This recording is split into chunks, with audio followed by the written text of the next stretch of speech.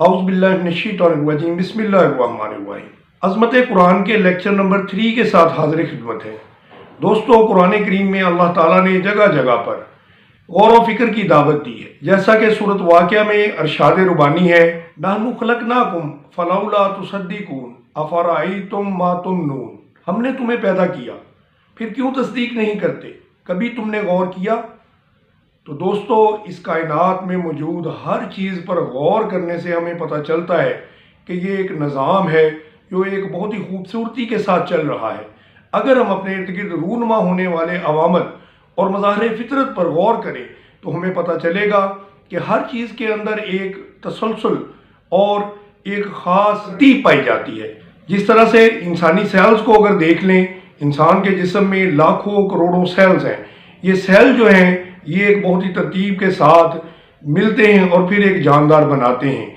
एक सेल एक मुकम्मल कायनात है।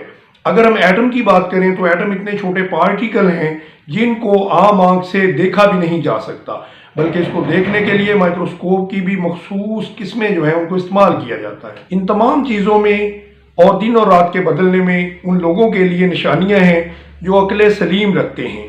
फ़लसफ़े के इल्म में इस्तखराजी मंतक को इस्तेमाल किया जाता था, जिसको डिडक्टिव रीजनिंग कहते हैं, लेकिन कुरान ने इंडक्टिव रीजनिंग या इस्तकराई मंतक का जो तरीक़ाकार था उसको मुतारफ़ करवाया।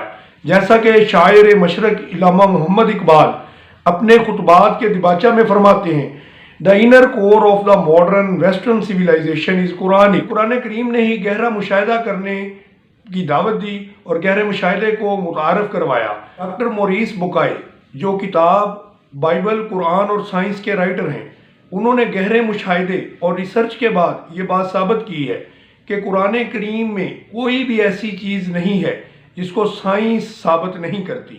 साइंस जो है वो किसी भी जगह कुरान करीम से मुतसादम नहीं। कुरान करीम जो है ये एक बहुत ही हदायत याफ्ता और जदीद और अप टू डेट किताब है।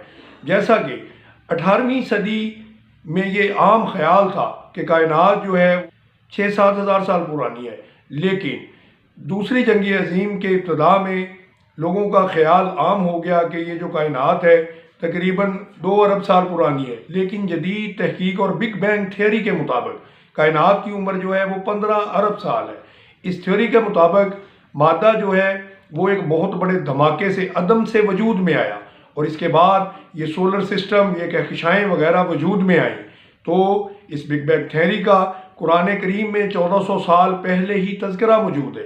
जैसा कि सूरत अंबिया की आयत 30 में जिक्र है, अवलम यरल्लज़ीना कफ़रू अन्नस समावाति वल अर्दा, कि आसमान और ज़मीन दोनों मिले हुए थे, फिर हमने इनको अलग अलग कर दिया।